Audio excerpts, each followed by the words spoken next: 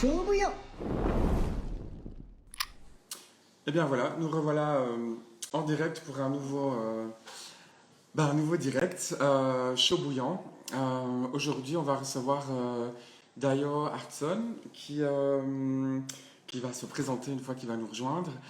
Mais donc l'idée, en tout cas, des directs de chaud bouillant, c'est qu'on va essayer d'aborder un peu les filières du café et comprendre un peu mieux ce qui se passe finalement au niveau des systèmes d'achat, la question des labels, la qualité, tout plein de questions qu'on peut se poser quand on consomme du café et qui finalement restent plus ou moins opaques quand on n'est pas investi dans la chaîne du café. Euh, donc, euh, donc voilà, aujourd'hui on va faire ce chaud bouillant en français. Donc ce qui est cool aussi puisque je vais alterner en fonction des invités le... Donc 3, 2, 1, attention la connexion est en cours et on va commencer. Hello, Hello, bonsoir tout le monde. Ça ça va? va? Ouais, très bien, merci. Et toi? Yes, cool. Ben, merci de nous rejoindre pour ce premier chaud bouillant en français. On va le faire en français, Yeah. hein, c'est OK pour toi? Ouais, pour moi c'est bon. Ok, cool. Donc bienvenue. D'ailleurs, est-ce que tu peux te présenter pour les gens qui te connaîtraient pas? Oui, avec plaisir. Donc, je m'appelle Dayo, je suis originaire de Gand en Belgique et ça fait aujourd'hui presque 7 ans que j'habite à Lille, en France. J'ai débuté un peu ma carrière dans le café en 2011 en Australie, où petit clin d'œil à Ali, j'ai aussi commencé en tant que dishwasher dans un Ok, coffee shop. très bien. Et Comme beaucoup, comme beaucoup. ouais, c'est ça. Donc, pour être honnête, j'étais plus attiré par les sandwichs au début quand j'ai postulé, et c'est seulement après que j'ai appris le café, qui m'ont fait boire un flat white, un espresso, et que j'étais, bah, c'est quoi ça? Ça m'a vachement intrigué. Et quand je suis rentré en Belgique, ensuite, j'ai continué à faire un peu des extras, mais c'était juste pour le fun. Je trouvais ça cool. Mais à l'époque, j'étais professeur de sport.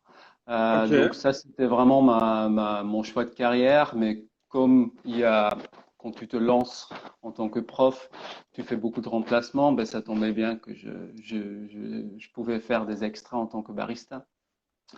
Et en fait, finalement, je me suis installé à Lille avec ma copine qui est française, et c'est là-bas où j'ai rencontré Coffee Makers qui venait d'ouvrir en 2013, et c'est vraiment là-bas que j'ai découvert tout l'univers du café de spécialité.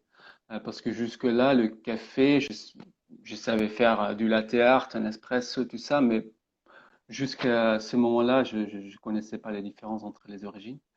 Euh, et ensuite, la prochaine étape, c'est en 2016, quand je suis parti au Brésil pendant 9 mois avec ma copine pour yes. vivre vraiment en immersion, de tout apprendre le plus possible sur tout ce qui passe dans les pays producteurs, parce que c'est quelque chose que je ne connaissais pas du tout. Et donc, c'est peut-être par Génial. rapport à ça que je peux partager pas mal de choses. J'ai pu vivre avec une petite famille de producteurs qui étaient justement en train de se transformer vers le café de spécialité à ce moment-là. Donc, c'était une expérience hyper riche de voir vraiment les challenges à l'intérieur de la famille, comment ça se passe. Et donc, cette expérience notamment m'a énormément fait développer mon palais, mes compétences de dégustation. Et suite à ça, j'ai commencé à participer au championnat de France de Cup Tasters que j'ai gagné 2 fois. Et l'année dernière, j'ai remporté la deuxième place de championnat du monde, qui était un peu le climax jusque-là dans ma carrière. Ouais, c'est cool. Et ouais, et Félicitations maintenant d'ailleurs. merci. C'est gentil. Un Belge d'ailleurs. Yes. Mais non, c'était super cool de pouvoir représenter la France, vraiment top. Et aujourd'hui, je lance Café Mood à une torréfaction à Lille d'ici quelques semaines. Donc, Mais oui, j'ai vu passer ça. C'est tout nouveau le fait que tu lances officiellement ce projet en fait. Donc, ça sera quoi? Ça sera un coffee bar? ce Ça sera sera une vraiment torréfaction? une torréfaction dans un premier temps, vraiment un peu comme Wide Awake à Bruxelles, donc un lieu, Ouais. un atelier avec un espace boutique pour vendre quand même en direct, pour garder un lien direct avec les clients. mais pas dans le but de s'installer, de travailler sur place. Il y Ouais, aura c'est ça. des C'est pas horaires un lieu d'ouverture Eureka, assez réduits. mais ouais, tu seras plutôt fournisseur alors du coup. Oui, Torréfacteur, exactement, fournisseur. Ok, exactement. cool. Ouais, super parcours. Donc, effectivement, ben, nous, on s'était rencontrés chez Or quand je Oui, travaillais à la torréfaction et tu étais venu un peu présenter. C'était quoi? C'était pour le Brewers Cup à ce moment-là. c'est Et ça. donc, tu peux nous expliquer en quelques mots parce que finalement, toi, tu étais prêt à participer au championnat. Et puis, qu'est-ce qui s'est passé alors? Ben, il y a la Covid, donc tout ça, ça s'est annulé malheureusement. Et Mais donc ça s'est complètement annulé ou il y a eu quand même des alternatives qui ont émergé ou rien du tout et donc tout ça est tombé à l'eau? c'est un peu tombé à l'eau. C'est prévu pour l'année prochaine, et voilà, on va voir ce que Ok, ça donne. ouais. Moi, j'avais justement amené avec moi 10 kilos de café dans mon sac à dos de la famille du Brésil, donc Bah je ça me tombait rappelle, ouais. super bien et voilà, donc je pourrais pas faire la même chose l'année prochaine. Mais bon, pour moi, toute compétition, il y a toute la partie de préparation qui est super riche où on apprend beaucoup de choses. Donc heureusement qu'il y a eu ça, mais c'est vrai que c'est dommage que c'est quand même tombé un peu à l'eau. Ouais, ouais, c'est super dommage parce que j'imagine que c'est quand même beaucoup de préparatifs pour préparer un championnat et donc voilà, j'espère que tu auras l'occasion en tout cas de remettre ça quand il y aura des championnats à nouveau en fait, hein. Je sais pas très bien quand ni comment, J'espère. mais On va voir. On va voir. cool. Bah donc, ouais, tu nous as un peu parlé de ton expérience. Bah, peut-être qu'on peut plonger dans un peu les grandes questions directement. Je Vas-y. propose aussi, il est 19h07, je propose qu'on essaye, vu qu'on a un maximum 1 heure de diffusion sur Instagram Live, peut-être que 10 minutes avant la fin, on pourra faire un Q&A aussi, s'il y a des gens qui sont là et qui veulent poser des questions. Euh, mais voilà, mais donc la première question que je pose un peu à tout le monde, c'est un peu la grande question, mais comment est-ce que tu décrirais, toi, la différence entre le café de spécialité et le café de commodité aussi? Parce que j'aime bien parler du café de commodité, vu qu'on a un peu des gens du café de spécialité, mais c'est peut-être important de parler des deux. Mais comment est-ce que tu Ouais. les différencierais, toi, avec ton expérience Ouais. Je pense que dans les deux cas, il y a toujours une notion de qualité et il y a une notion de prix. Et je pense dans le café de commodité, l'importance est plus menée sur le prix, combien ça coûte, le coût de production, le prix d'achat. Et dans le café de spécialité, on va focaliser plus sur la qualité. Et avec la qualité, je veux dire pas juste la qualité en tasse, mais une notion plus globale un impact environnemental, social qui vont rentrer en jeu aussi. Et je pense que l'autre grand différentiel, c'est la traçabilité. Là où le café de commodité, on va avoir une traçabilité peut-être régionale, mais ça va être des mélanges de café avec une certaine qualité. Mais dans le café de spécialité, l'idée, c'est d'aller plus loin, d'avoir une traçabilité au plus près possible du producteur. Donc, je pense que ça, c'est une grande différence aussi. quand tu parles de traçabilité au niveau régional, parce que bon, moi, tu vois, je travaille dans le café, mais j'ai très peu d'expérience sur finalement tout ce qui se passe avant la torréfaction. Donc, je vais vraiment poser des questions qui peuvent peut-être sembler basiques. Mais c'est vrai qu'on est de plus en plus confronté finalement à un très bon marketing dans le café de commodité, hein. Et quand tu parles de traçabilité dans le café de commodité, traçabilité régionale, qu'est-ce que ça veut dire? Ça veut dire qu'on remonte jusqu'où et qu'est-ce que ça signifie vraiment en termes de traçabilité? En fait, je peux peut-être essayer Ah, de le faire de partir des décrire. origines. Ouais, Ouais, ok, ouais, voilà, c'est ça. Donc, yes. en fait, Ben, parle-nous un peu de, ouais, de tout ça alors. un producteur, en fait, par exemple, au Brésil, et là, je vais parler du cas du Brésil, mais je pense qu'il y a beaucoup de similarités, notamment avec les pays producteurs en Amérique du Sud, Amérique centrale. En fait, il peut vendre son café dans un marché interne. Il y a des acheteurs qui peuvent l'acheter avec un prix en fonction d'une qualité générale.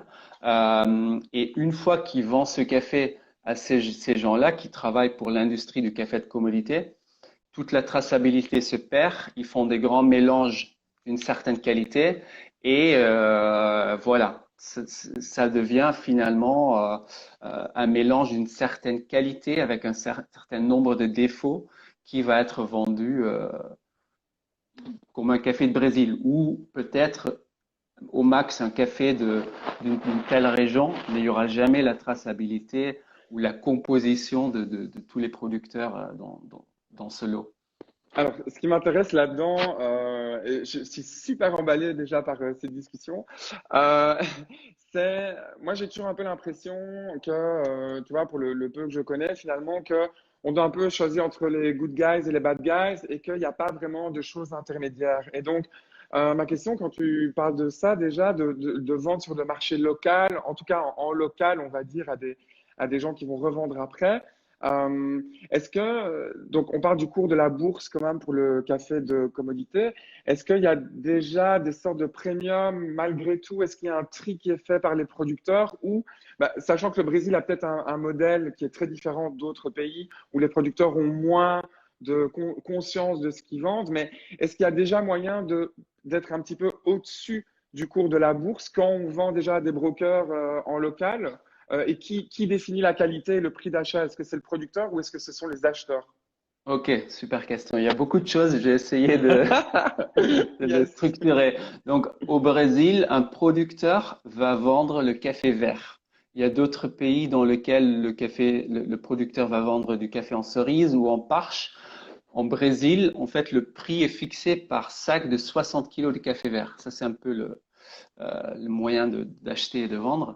Et ensuite, il y a différents prix locaux qui sont en relation avec le prix boursier. Il y a ce qu'on appelle bebida dura, qui veut dire un café sans défaut majeur, on peut dire autour de 80 points. Ok. Euh, ça va avoir un tel prix. Par exemple, hier, j'ai demandé les prix actuels pour mettre ça un peu en vrai avec le producteur. Il dit que aujourd'hui, le café boursier, donc le C-Price, c'est 2 euros le kilo.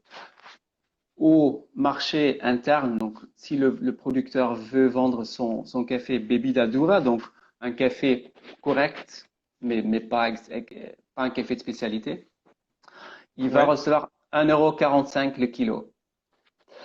Et ensuite, 1,45 € le kilo, mais c'est-à-dire qu'on est ouais. en dessous du prix de la bourse.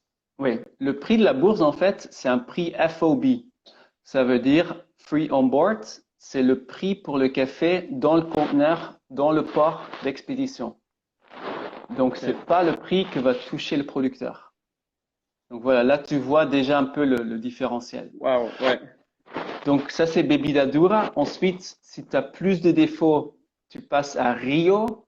Et ensuite, plus bas, vraiment avec des gros défauts vraiment dégueulasses, Riado. Et Riado, non, Rio, c'est 90 centimes le kilo. C'est les prix actuels que j'ai demandé hier. Et Riado, on est encore plus bas, 70 centimes le kilo. Waouh, ok. Donc, sur le marché interne, on peut dire, le café n'est pas scoré, il va pas recevoir un certain score comme dans le SIA, flash. ouais, ouais. Exactement. Ils vont juste regarder le nombre de défauts du café vert, donc la Visuel qualité alors. visuelle. Ensuite, ils vont goûter et ça rentre. Ils vont même pas faire toute une score, c'est goûte. Ah ouais, Ok. ça va dans cette case, ça va dans cette case, etc. Et, et c'est là où, donc ça c'est on peut dire l'acheteur de commodité. Et c'est là où ça devient un peu flou parce que tu as des agences qui achètent que ça, mais tu as des agences ou des acheteurs qui vont aussi acheter, qui vont donner un premium pour du café qui est de meilleure qualité. Et là, on peut dire à partir de 82, 83 poids, ils vont payer un premium. Mais ce que j'ai vu en réalité, c'est que ce premium, il est souvent très très bas. On parle de 20, 30 centimes le kilo en plus. Euh, donc ça, c'est un peu les options de vente sur le marché interne industriel, on peut dire. Euh, et ce qui est important à savoir, je vais peut-être revenir dessus après, c'est que ces gens-là, ils vont goûter le café, ils vont le recevoir, une échantillon, et en fait, ils vont payer cash tout de suite le producteur. Ça, c'est quelque chose hyper important que j'ai découvert. Euh, et en fait, c'est un système qui est important parce que beaucoup de producteurs, ils ont des dettes, donc ils ont besoin de liquidité. Donc parfois, j'ai vu des cas où un producteur pouvait vendre son café, un très bon café, le double du prix de marché.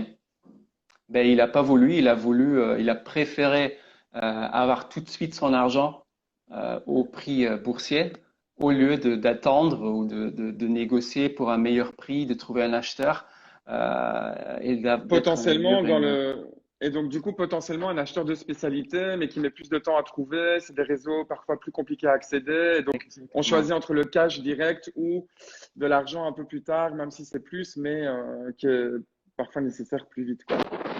Exactement. Et alors donc ça pour que je comprenne un peu le donc là on va parler quoi plutôt d'exportateurs alors qu'ils vont acheter ces cafés aux producteurs et après eux vont prendre une marge dessus et le vendre à des importateurs au prix du sea market alors ou à un prix parfois plus élevé. Ça, je sais pas, mais on peut dire que là, on part vraiment sur le marché boursier de café de commodité, et là, en effet, on part sur ces prix-là.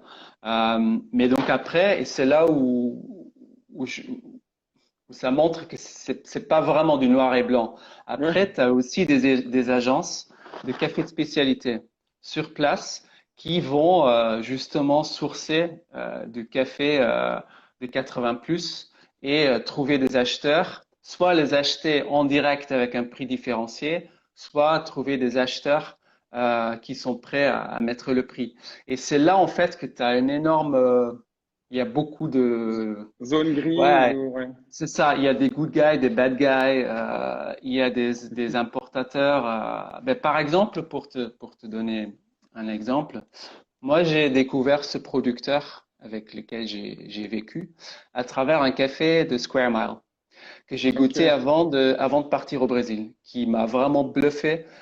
C'était incroyable, j'avais jamais goûté un café de Brésil si bon, si expressif. Euh, et donc j'ai retracé un peu le café et complètement par hasard, je suis tombé chez ce producteur. Vraiment complètement par hasard, c'était incroyable. Et quand il me dit son nom, j'ai dit mais je connais ce nom. Donc je regarde le sachet, c'était lui et Mais je le non. montre. Et ils étaient avec les larmes dans les yeux, c'était incroyable. Et donc ils savaient pas que ce café était arrivé chez Square Mile. Mais non. Je te jure. Donc, attends, alors que je comprends, c'est-à-dire que eux l'ont vendu à un prix pour avoir du cash probablement direct alors et ça coupait la traçabilité? Donc, eux, ils l'ont vendu à une agence de café de spécialité qui a gardé toute la traçabilité, qui leur a payé tout de suite, cash, 150% du prix boursier. Donc, quand même, un joli bonus. Mais, et ensuite, ils ont transféré toute la traçabilité à l'acheteur, à Squaremount. Mais ils n'ont pas gardé le producteur dans le boucle. Donc eux, lui, il n'était pas du tout au courant que son café était Waouh, parti ok. en Angleterre. Donc voilà, c'était quand même assez intéressant de voir Et ça. petite question un peu, peut-être un peu chaud bouillante, mais est-ce que eux ont réalisé à quel prix était vendu leur café dans les pays consommateurs et est-ce que ça les a choqués, par exemple, ou pas, de voir finalement une très grosse différence, même si le prix d'achat était bon, c'est-à-dire 150% au-dessus du sea market, est-ce que, enfin, était bon, relativement bon, est-ce que vous avez parlé de ça, par exemple, du prix de vente dans les pays, dans les pays consommateurs? Oui, complètement. Et en fait, si tu veux, au Brésil, et c'est là où ça diffère peut-être aussi d'autres pays, maintenant, depuis que j'y étais en 2016, il y a vraiment un marché interne de café de spécialité qui est en pleine croissance. Oui, Et les prix, en fait, ils sont pas si différents que les prix ici. ok, C'est un peu moins cher. L'espresso, tu vas le payer 1,50 peut-être. Mais quand même, pour le pays, ça reste des c'est prix cher. assez élevés. Ouais. C'est assez cher, ouais. Donc, il y a un peu les mêmes prix dans le marché interne maintenant. Et du coup, ça leur permet aussi de vendre leur café dans le marché interne, ce qui est super intéressant. Donc eux, en fait, ils commencent vraiment à établir des relations en direct avec des torréfacteurs euh, au Brésil, des torréfacteurs des cafés de spécialité. Donc ça c'est une évolution très intéressante pour eux. J'ai une petite question de Thibaut qui dit 150%, on dit 50% en plus, donc par rapport à 1 € le kilo, on parle de 1,50 € le kilo. Alors, Ouais, le C-Market, on est à peu près à 2 € le kilo. C'est ouais. ça, hein? Donc j'avais dit donc le prix de base que eux ils appliquent pour un café correct, c'était le 1,50. Et en fait, ils ont reçu 50% supplémentaires, donc 2,25, si je fais les calculs en euros, le kilo, pour ce lot à l'époque. Euh, Aujourd'hui, ils ont réussi à trouver, donc ça c'était un bonus qui était OK, mais finalement, je vais revenir peut-être plus tard sur le coût de production. Ça, c'était pas assez en fait. Donc aujourd'hui, ils ont établi des meilleures relations, des gens qui achètent vraiment au prix correct. Et là, on est plutôt sur des prix x3. Donc Fois 3. 300%, ouais. Donc, Donc, attends, donc ça veut dire 4,50 € ou 7,50 ouais, €? 4 euros 7,50 €. 50. 4 euros 4,50 €. 50. Ça, c'est Et un peu ça, le baseline. et ça, c'est un prix qui n'est pas un FOB price, c'est vraiment le prix qui est payé au producteur, quoi. Donc, Exactement. pour ceux qui nous regardent, le FOB, c'est-à-dire que c'est un prix qui est prêt à être, c'est un café qui est prêt à être exporté. Ça veut dire qu'il y a un exportateur ou d'autres intervenants qui ont pris leur commission en plus au moment où on parle du prix FOB. Là, on parle d'un prix qui n'est pas FOB, qui est, comment est-ce qu'on appelle ça d'ailleurs? Le prix producteur? Oui. Ok. Ouais, je ne sais pas s'il y a une abréviation pour ça, le prix prêt à l'export. Ouais. Donc c'est 60 kilos en sac Grain Pro trié, Ouais. voilà, prêt à être utilisé. Ok, alors pour un peu continuer, mais je pense que tu vas là peut-être que tu as atteint tes limites, mais donc quand effectivement une question que je me pose, c'est donc là on comprend déjà un peu mieux finalement le système d'achat. Mais moi quand je vois ici en étant dans un pays consommateur et non producteur, je vois beaucoup de vieilles torréfactions un peu old school qui marketent des cafés d'exception, des grands crus et des choses comme ça. Et où finalement, quand on va sur leur site internet, il n'y a pas le nom d'une coopérative, pas le nom d'un producteur. Et ce sont des cafés qui sont finalement à des prix assez bas par rapport aux cafés de spécialité, mais assez élevés par rapport aux cafés de commodité. Et c'est vrai que la question, j'ai jamais eu l'occasion de parler avec des gens de ce genre de torréfaction. Et donc, l'idée, c'est pas de diaboliser, mais moi, je n'arrive juste pas à comprendre si ces gens-là achètent effectivement les cafés plus chers à des gros importateurs qui marketent peut-être plus de qualité ou qui font un screening ou un tri au dry mill ou au moment de l'arrivée du grain, ou est-ce que, enfin, qu'est-ce que ça représente finalement des grands crus de commodité? Parce que c'est un peu ça que c'est. Complètement. Ben, pour te donner un exemple concret, je comprends complètement de ce que tu parles. Ici à Lille, il y a un torréfacteur industriel, je ne vais pas citer de nom, qui vend ce genre de café. Il vend des cafés de Cup of Excellence, qui est une compétition de café vraiment de Pas haute mal quand même. qualité. Ouais, ouais. Exactement. Mais en fait, ils vendent des cafés, des lots qui ont déjà 10 ans.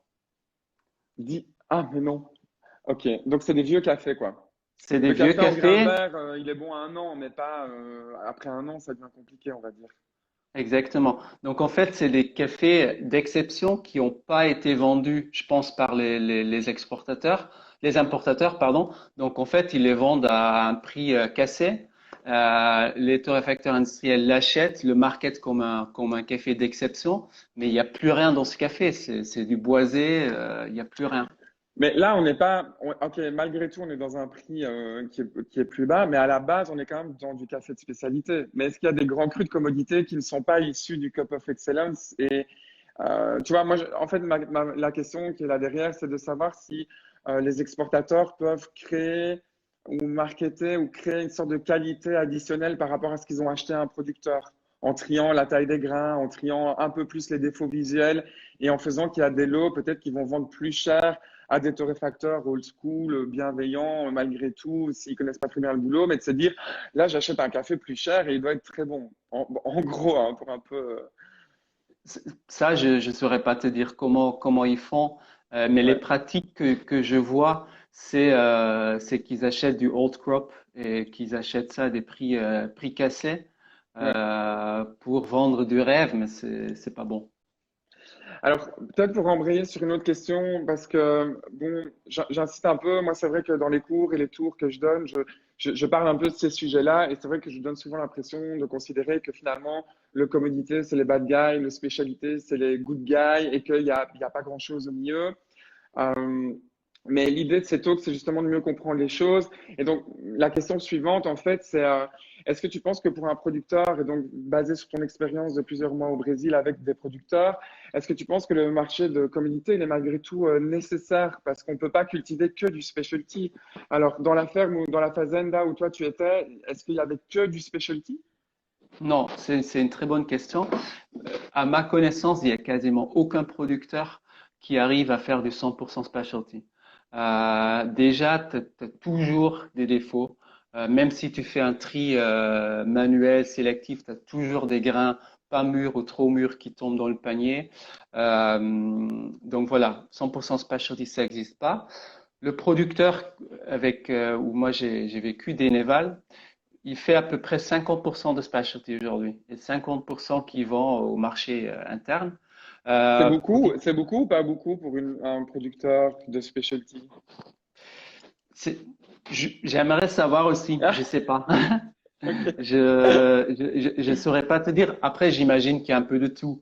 Tu as des producteurs superstars, je pense, qui vendent plus que 50% peut-être, d'autres qui vendent moins. Mais de ce que j'ai compris, c'est quand même que tout le monde vend au marché interne. Et il y a différentes raisons. Le coût de production est moins élevé. Ils peuvent avoir du cash tout de suite. Et après, il faut avoir un marché en face qui est prêt à payer plus cher. Et en fait, c'est un chemin qui prend du temps. Ouais. Dénéval, ça prend 10 ans qu'il a commencé ce chemin vers le café de spécialité. Et c'est petit à petit qui fait cette transition vers le café de spécialité. C'est ça qui est vraiment important à comprendre, que c'est pas on pense parfois, quand je suis arrivé là-bas, je dis, ah ouais, mais on va commencer à faire du tri sélectif, on va installer des lits suspendus, on va commencer à faire des expériences, mais c'est beaucoup plus, c'est beaucoup plus Ouais, fastidieux, quoi. complexe que ça de vraiment changer vers le café de spécialité. Mais ça a vraiment changé sa vie. Et donc, c'est vraiment le chemin pour des gens, pour des producteurs vraiment passionnés. Il y a vraiment un futur dans ça. Donc, quand je parle avec lui, ça a vraiment changé sa vie et Et c'est vraiment très positif. j'ai deux questions par rapport à ça. Comment est-ce que lui, il a pris conscience du fait qu'il voulait faire une révolution pour passer en café de spécialité? Et l'autre question, c'est quoi la vie d'un producteur de commodité? Enfin, c'est très vaste comme question, mais quand tu dis ça a changé sa vie, apparemment pour le meilleur, mais comment était sa vie avant? Genre, c'était la méga galère où on survit plus ou moins? Ou c'est quoi finalement un producteur de commodité? Donc, en fait, pour te visualiser un peu, il habite dans une vallée avec une trentaine d'autres producteurs, donc, dont il y a beaucoup de familles. À la base, c'était son arrière-grand-père qui avait toute la vallée, genre des centaines d'hectares. Et après, petit à petit, ils ont commencé à diviser. Donc, tous ces autres personnes dans la vallée, ils font du café de commodité. Et en gros, ils font au plus vite possible. Leur but, c'est juste de produire le plus de volume possible, de le sécher le plus vite possible, de le vendre le plus vite possible pour ensuite être tranquille. Et Et avoir du après, cash. vraiment, c'est ça. Et après, vraiment, pendant 6 mois, parfois, ils foutent rien, ils sont tranquilles et ils voient ça vraiment comme un moyen de faire de l'argent. Et donc aussi, ils ont aucune reconnaissance du moment qu'ils vendent leur café aux acheteurs. Ben, ce café, il part dans ce Ouais. système boursier. Et là, c'est là où il y a vraiment une différence avec le café de spécialité. C'est là où ça a vraiment changé sa vie, Dénéval. C'est de commencer à être reconnu pour son travail, pour rencontrer des gens qui le remercient pour ce qu'il fait, qui le félicitent. Donc il y a tout ça. Et après, il y a aussi un parti personnel de lui qui a vraiment envie d'arrêter les pesticides, de mieux traiter la nature autour. Et tout ça, en fait, pour pouvoir faire tout ça, il faut aussi avoir une meilleure rémunération pour faire toute cette transition. Et donc, c'est pour ça que pour lui, le café de spécialité, c'était le chemin à suivre. Euh, bon, ben, tu nous amènes forcément à une autre question un peu chaud bouillante, j'ai envie de dire, c'est la question des labels. Donc, quand tu parles de sortir un peu des pesticides, de ce genre de choses, bon, c'est une question récurrente aussi dans ces lives. Mais quelle est ton opinion sur la question des labels par rapport à ce que tu as vu au Brésil, en fait, avec ce producteur? Est-ce que est-ce que le gouvernement brésilien ou des associations aident à labelliser? Est-ce que c'est important pour quelqu'un qui est en révolution du café pour passer du café de commodité au café de spécialité? Est-ce qu'on pense au label dès le début ou est-ce que c'est un investissement allez, un peu compliqué à faire? Est-ce qu'il produit du café labellisé? Et si oui, quel label? Comment ça se passe? Là-bas, donc après, c'est aussi, je ne l'ai pas précisé avant, mais le Brésil, c'est un pays énorme et très complexe. Donc on pense très souvent à les méga fermes qui récoltent tout mécaniquement. Il y a ça, mais il y a beaucoup de petits producteurs également qui ont parfois même juste 1 hectare. Et notamment dans la région dans laquelle vit Deneval, c'est Espírito Santo. C'est une région qui a des conditions climatiques complètement différentes par rapport au reste du Brésil, notamment le Minas Gerais, où on a des plateaux, des grosses fermes. Espírito Santo, il y a beaucoup plus de petits producteurs. Donc, en termes de certification, c'est des coopératives qui sont certifiées parce que ça coûte beaucoup d'argent de faire ces certifications. Et c'était une question qui m'intéressait aussi beaucoup de voir est-ce que ça a un impact pour le producteur. Euh, Malheureusement, le producteur touche rien de cette commission. Euh, Finalement, en fait, l'argent reste dans la coopérative. C'est ce que moi j'ai vu au Brésil. Donc, pour moi, toute la certification commerce équitable, je vois vraiment pas la valeur. Pour moi, c'est les intermédiaires qui récoltent l'argent dans la plupart des cas. Euh, donc voilà, Mais est-ce que surtout ça pas veut pour le dire, café de spécialité. est-ce que ça veut dire que par exemple, donc la fazenda, donc, c'est Deneval, c'est ça? Oui, ça c'est le Ouais, nom du producteur et la ferme s'appelle Sitio Cordilleras. ok. Et donc, est-ce que Deneval, en tant que producteur, il appartient à une coopérative et qui gère cette coopérative? Non, Ok. non, il y a quelques personnes de la vallée qui adhèrent à une coopérative dans la locale, mais pas Dénéval, parce que pour lui, il n'y a pas, vraiment pas de valeur ajoutée d'y adhérer. Et quel est l'intérêt pour alors les autres producteurs est-ce que tu sais quel est leur intérêt d'être en coopérative? Honnêtement, je sais pas. C'est d'avoir peut-être une certaine tranquillité, de savoir qu'ils vont toujours acheter leur café. Après, il y a aussi toute une question et ça, je parle d'un cas concret. Je ne dis pas que tous les coopératives sont comme ça, pas du tout. Mais les coopératives en question, en fait, ils financent, ils donnent du crédit en fait aux producteurs. Et ils vendent aussi des produits, des engrais, des pesticides. Donc en fait, il est quelque part un peu coincé avec cette coopérative parce que en fait, il rembourse ses dettes en café vert. C'est un peu ça ce que j'ai compris. Ah waouh, ok. Tu vois? Donc euh, je connais pas les détails complètement parce que Bénéval, il travaille pas avec lui, mais il m'a expliqué un peu comment ça marche. Et donc, c'est pour ça, commerce équitable, coopérative, moi j'ai vu, c'était un peu louche.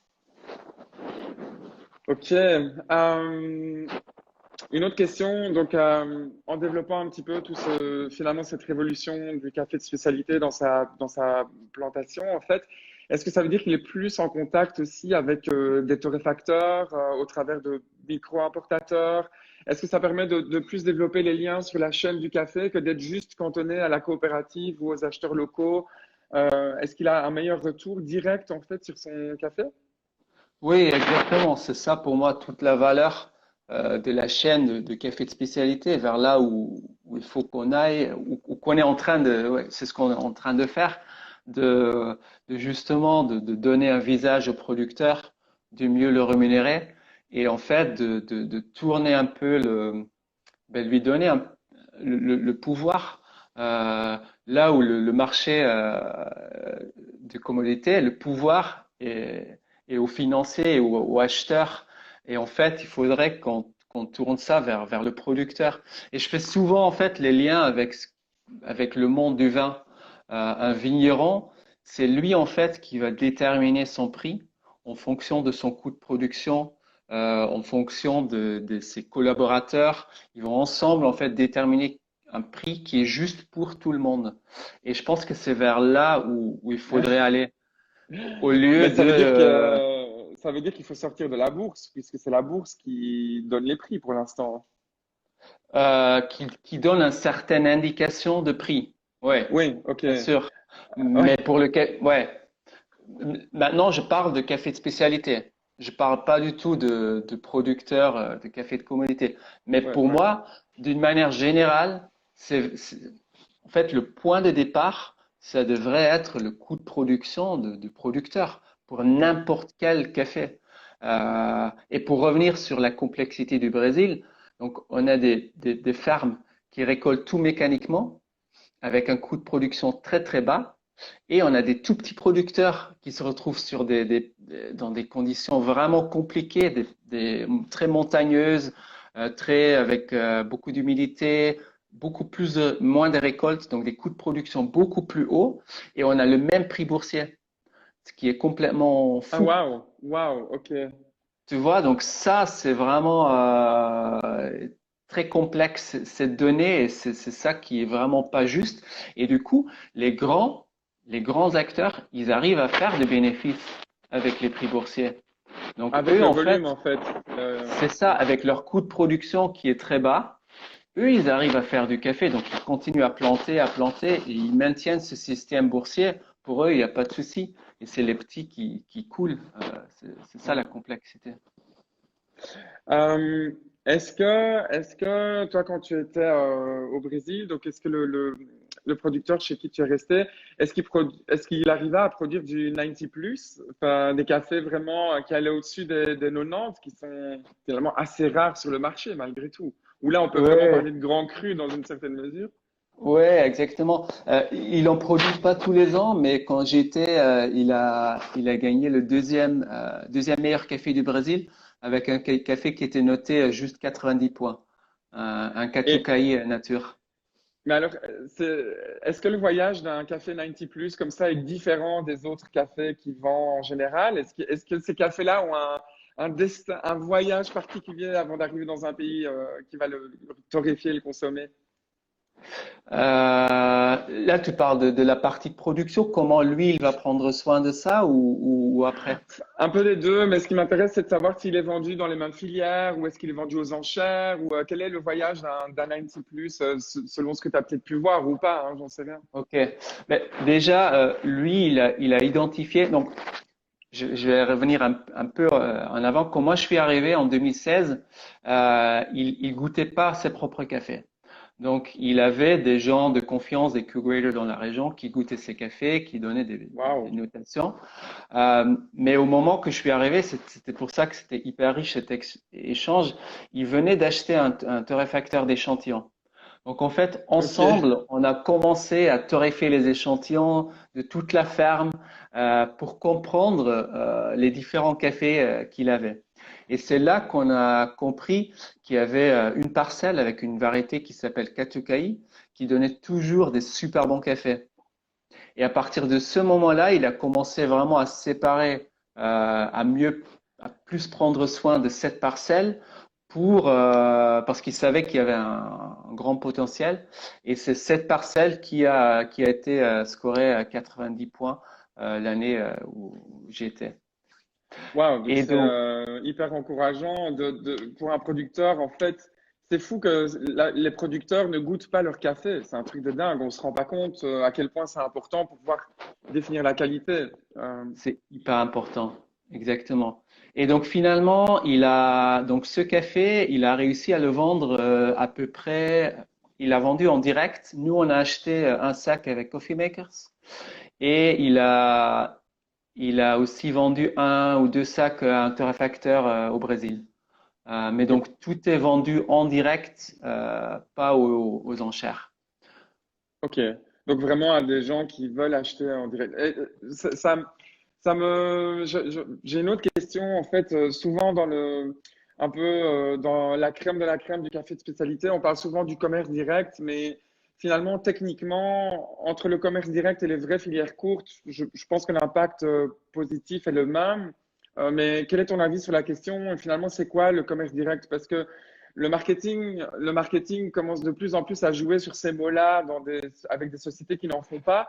Quel est ton point de vue là-dessus? Quelle est la vraie manière de faire du bien finalement au-delà du commerce direct ou filière courte? C'est une super question, merci de la poser. Euh, pour moi, il y a un rôle hyper important qui a toujours été un peu pas mis en valeur, mais inclusivement, quand je suis arrivé au Brésil, je me suis dit, je vais acheter du café direct du producteur. Les importateurs, ils prennent l'argent, c'est pas bien. Mais j'ai complètement revu mon opinion sur ça en étant sur place. Pour moi, les importateurs jouent un rôle clé dans ça et ils ont vraiment toute une valeur ajoutée de transport, de finance, de contrôle qualité qui font pour moi partie de cette filière courte. Je pense que ce qui est clé, c'est d'établir des relations sur le long terme avec des prix qui sont corrects pour tous les acteurs et vraiment inclure un importateur de confiance, un exportateur de confiance, un producteur de confiance et travailler en fait avec ces personnes-là sur le longue durée. Pour moi, c'est vers ça qu'on doit aller pour une filière courte durable. Bon, ça paraît faire sens hein, de ce que tu dis, évidemment, mais en tant que consommateur, tu vois, tout en bas de l'échelle, qui connaît pas bien le café, c'est extrêmement difficile de s'y retrouver parce que je le vois bien, même chose quand je donne les cours et les tours, j'ai des gens qui reviennent chez moi après avec des photos de différents cafés en disant je suis complètement paumé, on parle de la coopérative, des notes gustatives, il y a plein d'informations, mais est-ce que c'est du café de spécialité? Et sous-entendu, est-ce que le producteur touche vraiment de l'argent? Bon, c'est très très compliqué, il n'y a pas une réponse, mais quels peuvent être des indicateurs réels pour un consommateur? Est-ce qu'il y a des indicateurs réels en fait pour un consommateur en supermarché ou même en dehors euh, qui va avoir des cafés très bien marketés, mais comment on peut lire entre les lignes? C'est une bonne question et tu vois que les industriels ils commencent à reprendre les codes du café de spécialité. Il y a 2 semaines, j'ai vu au supermarché un sachet avec tous les données, donc la Je traçabilité. crois que je vois duquel tu parles, mais non, mais il y a C'est un nouveau packaging ici en Belgique, en tout cas en supermarché, qui donne l'impression d'être le meilleur café de spécialité de la Terre et le prix du paquet est le même que la plupart des autres cafés dans le rayon. Mais le packaging est vraiment très très bien fait, en fait, très lumineux, très blanc, très bright, beaucoup d'informations, mais des informations qui remontent à une coopérative. Et c'est vrai qu'on ne sait pas ce que ça signifie une coopérative. Mais je te laisse terminer, pardon. Oui, donc ouais, c'est exactement ça. Donc pour moi, si on veut vraiment être déjà au supermarché, aujourd'hui, trouver un café de spécialité avec une bonne torréfaction, c'est très peu probable. Il y mhm. en a peut-être qui arrivent dans des petits supermarchés, mais c'est peu probable. Si on veut vraiment si on veut acheter un café de spécialité, déjà, il faut s'adresser à des torréfacteurs locaux, je dirais, indépendants. Et pour moi, c'est dans la communication. Euh, non, ça commence avec le goût. Pardon, ça commence avec le goût. Je pense que un café de spécialité devrait avoir un goût différencié supérieur. Donc c'est la première chose qu'on devrait retrouver dans un bon café. Et ensuite, pour être sûr que c'est vraiment un café durable qui est acheté au prix juste. Je pense que là, c'est au torréfacteur dans sa communication, de, dans sa façon de parler, de mettre en avant ce café qu'on va croire ou pas croire ou qu'on va voir qui fait vraiment du travail équitable, durable sur le long terme avec des producteurs en direct. Mais je suis complètement d'accord, c'est difficile et ça devient de plus en plus difficile de vraiment se positionner, d'évaluer ça. Bon, j'ai un peu encore des questions chaudes bouillantes, on va dire. C'est un peu le truc récurrent, mais est-ce qu'on peut dire, pour parler des labels sans les diaboliser, parce que je pense que ils ont un rôle à jouer malheureusement dans une industrie en crise et on ne peut pas tous se permettre d'acheter des commodités en révolution au prix correct parce que ce sont des prix importants et il faut parfois faire des choix.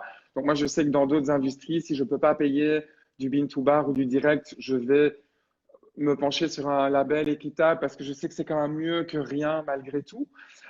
Mais est-ce qu'on peut dire que les cafés bio sont des cafés de spécialité et est-ce qu'on peut dire que les cafés équitables sont des cafés de spécialité? Euh...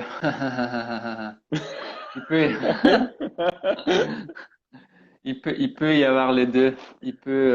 C'est vraiment difficile à savoir parce que on peut avoir un café de spécialité qui finalement est peut-être correspond aux critères gustatifs 80 plus, mais qui est peut-être pas acheté d'une manière vraiment très équitable. Ça existe, mais et, et l'inverse, donc c'est assez difficile à- Mais alors, je vais un peu pousser la question parce que, bon, au niveau, allez, perso, à mon avis, je pense que la plupart des cafés bio sont malheureusement de commodité, mais il y a des torréfactions qui commencent à travailler le label bio en spécialité parce qu'il y a, en fait, il y a une demande pour ça. Hein. C'est pas le futur du café, mais il y a une demande pour ça, donc on essaye d'y répondre pour ouvrir des marchés.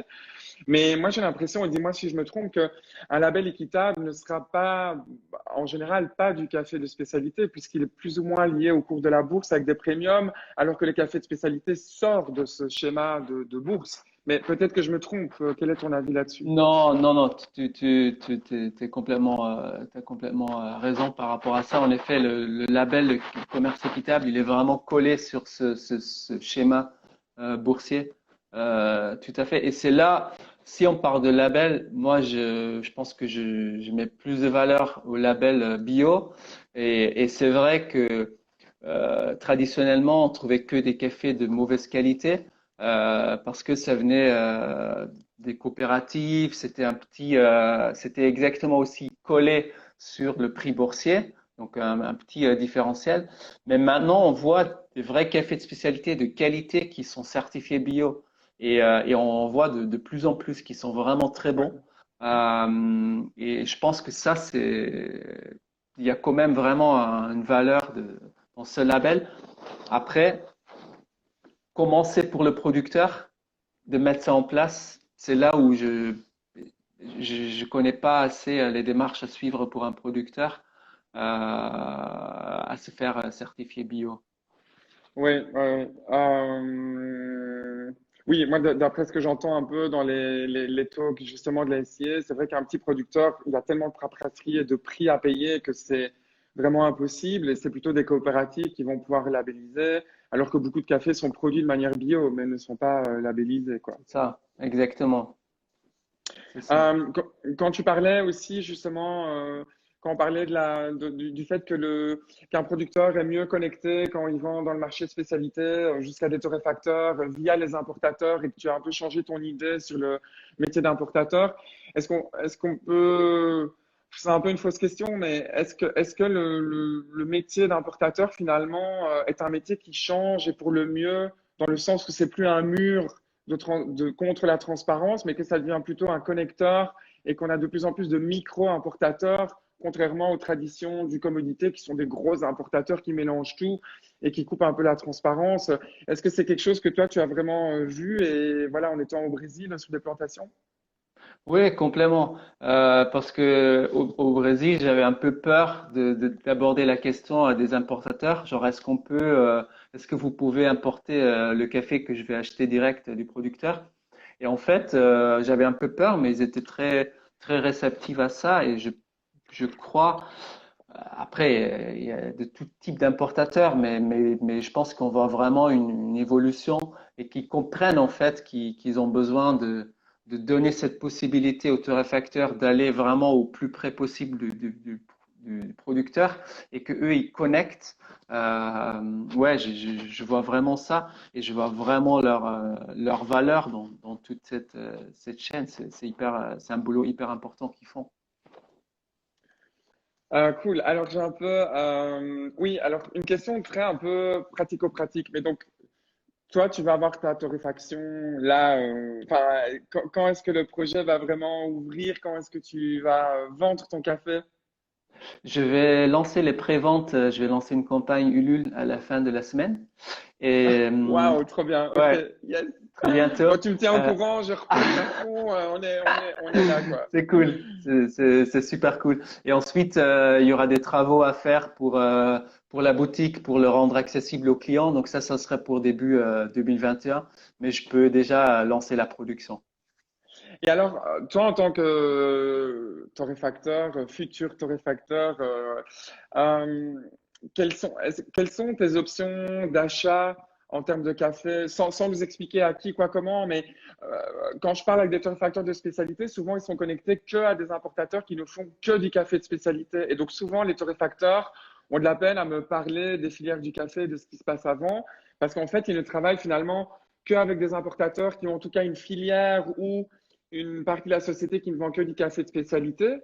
Mais est-ce que toi, est-ce que tu connais un peu les options quand on achète du café? C'est quoi? On a un catalogue avec des prix C Market, avec Premium, et puis bam, direct, le spécialité 5 fois plus cher? Ou est-ce qu'il y a un catalogue des cafés chez les importateurs? Quelle est ton Ouais, expérience là-dessus? ouais, complètement. Déjà, il y a beaucoup d'importateurs qui font un peu les deux, qui ont quand même une gamme plus classique et après une gamme de cafés de spécialité. Et en fait, c'est vraiment ça, c'est un catalogue avec des références, des noms des fermes, des variétés, des process, des années de récolte, des prix. Ensuite, on demande des échantillons, café vert ou torréfié. On goûte et on peut acheter des cafés qui sont spots, qui sont dans leur entrepôt ou au port qui peuvent arriver donc très vite à la torréfaction. Ok, alors encore fait deux questions avant qu'on arrive tout doucement à la fin. C'est quoi pour toi le meilleur café au monde? Ça, c'est un peu la Ouais, question ouais. récurrente ici. Moi, à chaque fois que je bois un café d'Éthiopie, je trouve ça quand même fou que des cafés sauvages, c'est quand même toujours quelque chose de très spécial, je trouve, un goût, une complexité qu'on peut difficilement retrouver dans d'autres pays. Donc pour moi, je pense, les très bons cafés d'Éthiopie, ça Ah, reste parmi les meilleurs. Et allez, toi? cool. Moi, je trouve que le meilleur café au monde, c'est le café qui rend les gens heureux au moment où ils le boivent. Parce que je vois Cool. souvent, quand je donne des cours, en fait, les gens découvrent un monde, ils sont complètement estomaqués, surtout quand on fait, bon, je le fais plus sous forme de cupping, mais je fais des dégustations au thermos à la fin, etc. Et c'est vrai que les gens, tout à coup, ils basculent dans quelque chose où ils ont l'impression maintenant qu'ils doivent rechercher the golden cup tout le temps, et donc ils sont un peu perdus. Et en fait, parfois, ils arrivent même plus à avoir du réconfort, du confort avec le café. Et souvent, je dédramatise un petit peu en disant, écoutez, il y a des options, mais gardez en tête que vous devez avoir du plaisir avec votre café et que ça sera le meilleur café du monde, c'est celui qui va vous rendre heureux. Après, sur un plan technique et terroir, effectivement, on peut avoir une discussion plus, voilà, plus technique, très clairement, hein, mais il y a beaucoup de gens qui sont heureux avec leur café toute leur vie en buvant du café de commodité avec du sucre et du lait et qui Com- pour eux c'est le meilleur café du monde, quoi. Complètement d'accord, ouais. Alors Ouais, qui suis moi pour remettre ça en question, voilà. Mais c'est ça. C'est ça, non, complètement d'accord. Est-ce qu'il y a des questions? Je vois oui, qu'il nous reste 5 minutes. C'est peut-être le moment de. yes. Si vous avez quelques questions, Le temps que peut-être on voit une ou deux questions s'afficher, moi je vais vous parler aussi d'un Kiss Kiss Bang Bang, donc d'un crowdfunding d'un lieu à Bruxelles qui s'appelle Pardon. Et qui en fait vont essayer de commercialiser leur spéculose maison, une gamme de biscuits. Et en fait, c'est un lieu que j'aime beaucoup parce qu'il fait partie d'un des coffee tours. Et en fait, c'est un lieu typique où je parle de l'importance des cultures locales en relation avec le café de spécialité et du problème de la globalisation du café de spécialité. Et donc, pour moi, c'est un lieu où on ne va pas avoir un flat white avec un carrot cake ou un brownie, mais on va avoir un café avec un spéculose maison. Et c'est important pour moi de rester connecté aux cultures locales pour pas avoir la même chose partout où on voyage dans le monde. Donc, si vous voulez les soutenir, allez sur le site de Kiss Kiss Bang Bang et cherchez un petit peu Pardon Biscuit et vous trouverez leur page. Il y a encore 20 jours où vous pouvez les supporter. Donc, ça vaut le coup. C'est un beau projet en tout cas. Super. Moi, je vois pas trop de questions apparaître, donc je pense que c'était assez complet en tout cas. Euh, voilà, est-ce que tu veux encore rajouter quelque chose avant que je fasse la petite promo de fin de diffusion? Non, je te remercie. Je pense que c'est un sujet hyper intéressant, hyper complexe. Et je pense que c'est bien que tu as invité des torréfacteurs et qu'après, il y aura des importateurs, des gens un peu de différentes places dans la filière. Et donc, c'est super bien que tu fais ça, même si parfois c'est complexe et en effet, parfois des sujets un peu chou bouillants. Mais voilà, j'espère que j'ai pu apporter un peu de mon À expérience. fond, franchement, je suis super content. Et la semaine prochaine, on va recevoir Catherine Powells de Or et ex-Cupelot Coffee. Donc, Cupelot qui maintenant a été revendu, il s'appelle Cuprima. Et donc, elle est revenue chez Or, mais ils font beaucoup de commerce direct. Donc, elle a vraiment une grande expérience de parcourir les pays producteurs. La semaine d'après, on aura Jordan Crosswaite, qui est en fait sourceur, trader indépendant et qui travaille pour Nordic Approach aux États-Unis. Donc, c'est quelqu'un que j'ai côtoyé quand je vivais à New York. La semaine suivante, on aura James Harper qui produit les podcasts de la SCA et qui a Filter Stories aussi, où il a été beaucoup aux origines. Et par la suite, on aura Sophie Nice qui travaille pour Sucafina Sous-caféine. Specialty Europe, ouais, et Ludovic Maillard, SCA France, qui va aussi un peu nous parler de son expérience en green coffee. Euh, Avant de terminer, moi je voudrais aussi faire la petite promo d'un podcast de Amour Chips. Bon, ils ont fait un podcast sur moi, mais je parle d'eux parce qu'ils sont assez cool et ils lancent justement un petit média de podcast indépendant. Donc, c'est aussi un petit projet indépendant vachement bien de médias. Donc, vous pouvez les trouver sur Amour Média ou Amour Chips sur Instagram. N'hésitez pas à les écouter. J'ai vu quand même une petite question où quelqu'un te demandait si tu n'allais torréfier qu'une seule origine. Ah, je vais commencer avec des origines, des single origin, ouais, pas de Mais est-ce que blend. tu vas torréfier uniquement du Ah Brésil non, ou non, il y aura quatre origines dans la gamme pour démarrer. Ok, cool. Et tu vas faire des différences filtre, espresso, omni roast. Est-ce que tu as déjà un petit peu une idée là-dessus? L'idée, c'est vraiment de pas trop mettre en case, de pouvoir proposer des profils gustatifs différents. Donc, il y aura des cafés un peu plus intenses, équilibrés, d'autres un peu plus vifs, fruités, pour vraiment pouvoir correspondre à différents types d'amateurs de café. Donc, Yes. pas trop mettre dans les cases. Bon, écoute, je suis hyper emballé à l'idée de voir ton projet voir le jour et je pense que je passerai à Lille et on fera peut-être des coffee tours à Lille, ça serait pas mal. Avec Il y grand a de quoi plaisir. faire, quoi. Bon, Super. Dayo, merci infiniment, c'était super de t'avoir aujourd'hui, je suis super content. Merci encore 1000 fois. Avec grand plaisir. Merci à toi et à tout le monde d'être Et là. eh ben, bonne soirée, tu nous tiens au courant pour ton crowdfunding à un de ces quatre en Ça digital, marche. j'imagine, dans l'immédiat. Super. Ciao. Ben, Bonne à soirée. bientôt. Ciao. Bientôt. Salut. Alors, dernière petite chose aussi pour ceux qui nous regardent, vous pouvez vous inscrire à ma newsletter sur mon site pour être tenu informé des activités qui arrivent sur Eventbrite, des cours en distanciel et les prochains lives aussi. Voilà. Bonne soirée à tous. Ciao.